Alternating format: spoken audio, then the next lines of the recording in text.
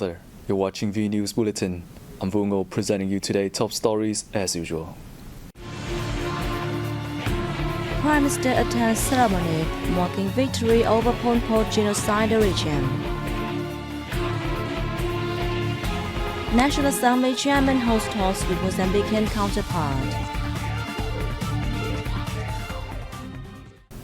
On June 20th in Bình Dương Province, President Nguyễn Xuân Phúc chaired a meeting to take opinions from party committees of southern provinces to the project on a strategy for building and perfecting a rule of law socialist state till 2030, vision to 2045. In his speech, President Nguyễn Xuân Phúc, who is also head of the steering committee for the building of the project, said that the draft project has been prepared meticulously and responsibly. 18 opinions put forth at the conference showed the enthusiasm and responsibility of the Southern Provincial Party committees for the draft project, Phúc stressed. He requested the party committees of southern provinces and centrally run cities to continue to study the draft project and give written comments to the steering committee. Previously, the steering committee for building the project held similar meetings in the northern and central regions and a series of symposiums with the participation of experts and scientists and representatives from research institutes and universities across the country. Prime Minister Phạm Minh Chính on June 20th attended a ceremony marking the 45th anniversary of Cambodian Prime Minister Hun Sen's journey to overthrow the Pol Pot genocidal regime held in Memo district of Cambodia's Bông Canoe province. Speaking at the ceremony, Prime Minister Chính condemned the genocide caused to the Cambodian people as well as the brutal aggression crimes committed by the Pol Pot gang against the Vietnamese people. He said that the separation not only reminded of the start of the struggle for justice, but also was a vivid manifestation of the friendship and solidarity between Vietnam and Cambodia. Prime Minister Hun Sen, for his part, stressed that the history proved that without the journey to overthrow the Pol Pot regime starting on June 20th and the subsequent events, Cambodia could not have had what it is having today. He once again affirmed the soundness of Vietnam's act as Vietnamese volunteer soldiers joined hands with the Cambodian people in their struggle for national liberation, thus helping them get rid of the genocidal regime. On the same day, Prime Minister Phạm Minh Chính had a meeting with Prime Minister Hun Sen at the Cambodia-Vietnam Friendship House in Memo district, the Bông Canoe province of Cambodia. The two prime ministers expressed their satisfaction about the positive development in bilateral cooperation of the past time. They agreed to work together to promote the exchange of high-level delegations on various channels, as well as strengthen exchanges between mass organizations of the two countries in the time to come. The leaders also agreed to continue a close coordination and support to each other at international, regional and sub-regional forums, especially in the year Cambodia assumes the role ASEAN Chair 2022.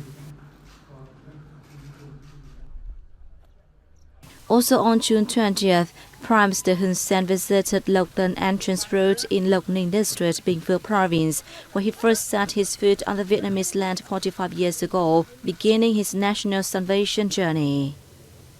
As part of the visit, the two prime ministers joined a tree planting ceremony. They also met and talked with local residents, where Prime Minister Hun Sen underscored Vietnamese people's pure, sincere and righteous international spirit and special solidarity and friendship between Vietnam and Cambodia. He said his first meal after arriving in Loc Ninh saved his life. Without Vietnamese people's assistance, there could have been no Hun Sen and Cambodia as they are today, the Cambodian Prime Minister stated. Prime Minister Hun Sen said he believed that the Cambodia-Vietnam ties would be sustainable forever. Vietnam attaches special importance to its traditional cooperation and friendship with Mozambique and views the latter as one of the 5 African countries with which it prioritizes political, diplomatic and economic ties. National Assembly Chairman Vương Đình Huệ made the remark at his talks with the President of the Mozambican Assembly, Esperança Laurinda Francisco Nguyen Boyas, following an official welcome ceremony in Hanoi on June 20th. Welcoming his guests, Vietnamese party and state leaders of Vietnam highly value the political significance of the first official visits by President of Mozambican Assembly. Highlighting the two countries' long-standing relations, we recommend that, to further strengthen bilateral ties, both sides should increase on-level mutual visits, especially those at high levels, through own channels. For her part, President Bias thanked Vietnam for its assistance and support for her country throughout history. Anchoring the host's view, Bias said to turn the two elements' cooperation into one of the important pillars of Vietnam and Mozambique relations. The cooperation memorandum is an important legal basis for them to expand ties in the time ahead. The two leaders stressed that bilateral trade links remain modest and agreed to seek ways to increase trade relations in the time to come. Following the task, Huế and Bias signed the cooperation memorandum between the two parliaments.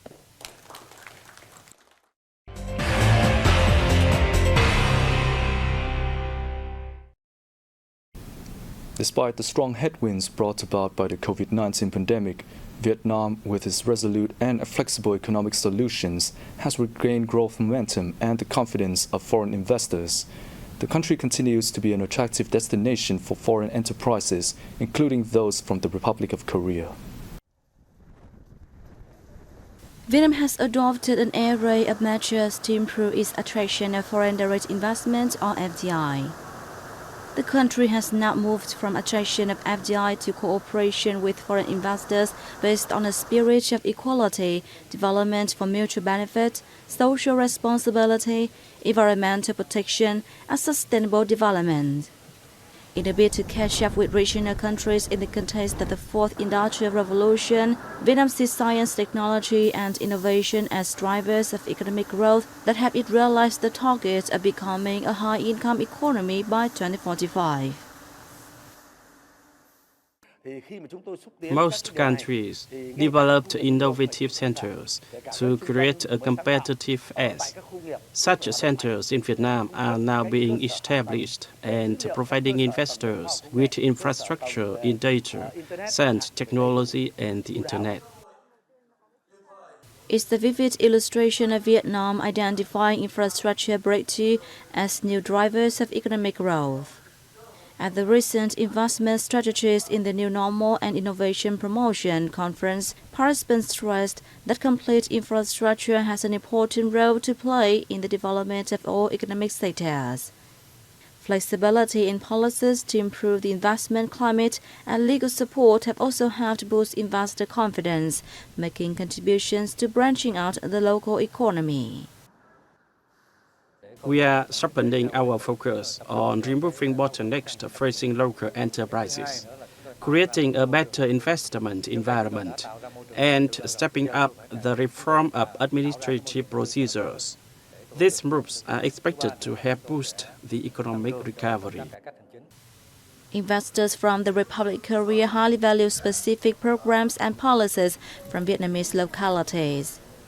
With robust signs of economic recovery, a stable political situation, sound control over the pandemic, and the hospitality of localities in key economic zones, Vietnam continues to be an ideal destination for investment from the country. We are interested in markets with well-developed infrastructure, and Vietnam is the apple of our eye. It has huge development potential, but investors see that the financing of the recovery remains sluggish in infrastructure projects. The Vietnamese government should introduce suitable measures to attract investors and promote the efficiency of infrastructure in economic development. This year, a favorable time for Vietnam to attract international capital. Vietnam stands ready to welcome foreign innovation projects, including those from the Republic of Korea.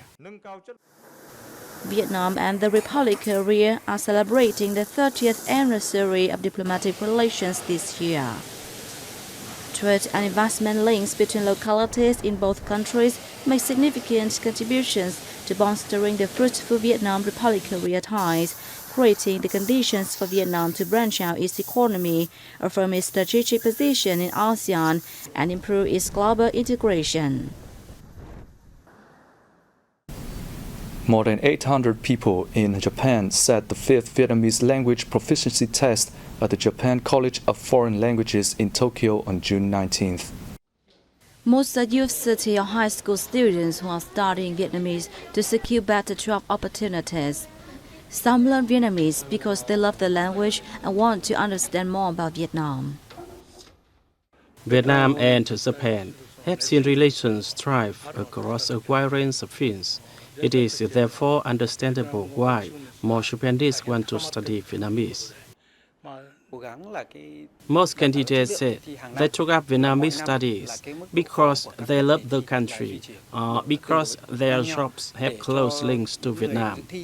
They hope that learning the language will help their careers while providing better support to Vietnamese people in Japan. I lived in Vietnam for 6 years before returning to Japan 3 months ago. As I love Vietnam, I decided to learn Vietnamese. I want to go back there to work. The Japan College of Foreign Languages under the Bunsai Gakuin Non-Profit Education Foundation is the first and only organization to host Vietnamese language proficiency tests in Japan. It offers Vietnamese courses to Japanese and professional training courses to Vietnamese students.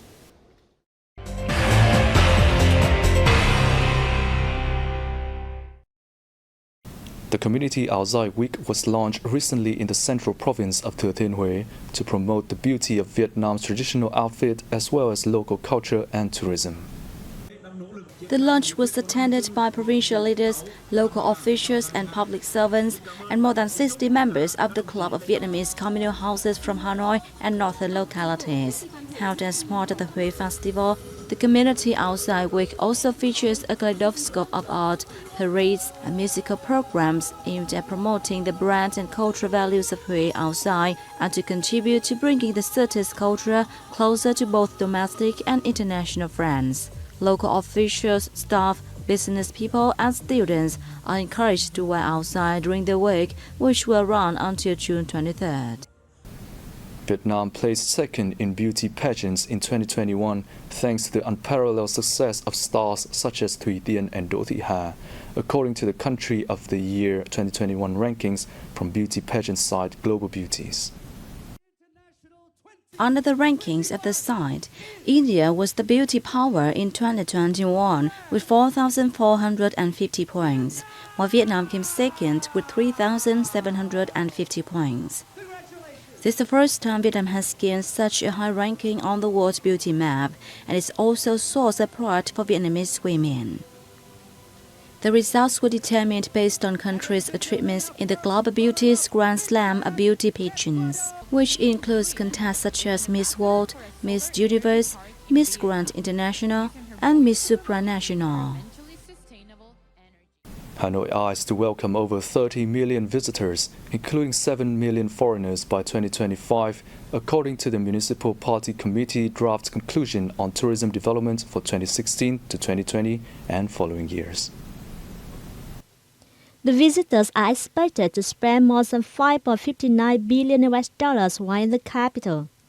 Local authorities said it is necessary for the local sector to boost public-private partnership, formations of new products and tourism connectivity. The capital city hosted 6.53 million tourists in the first 5 months of 2022, more than double the figure in the same period last year. It greeted 126,200 foreign visitors, particularly during SEA Games 31st held in this May.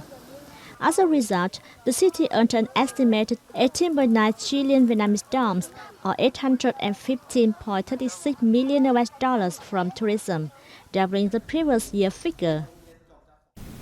And that's the end of our bulletin. Thank you for being here with us. We hope to see you again soon.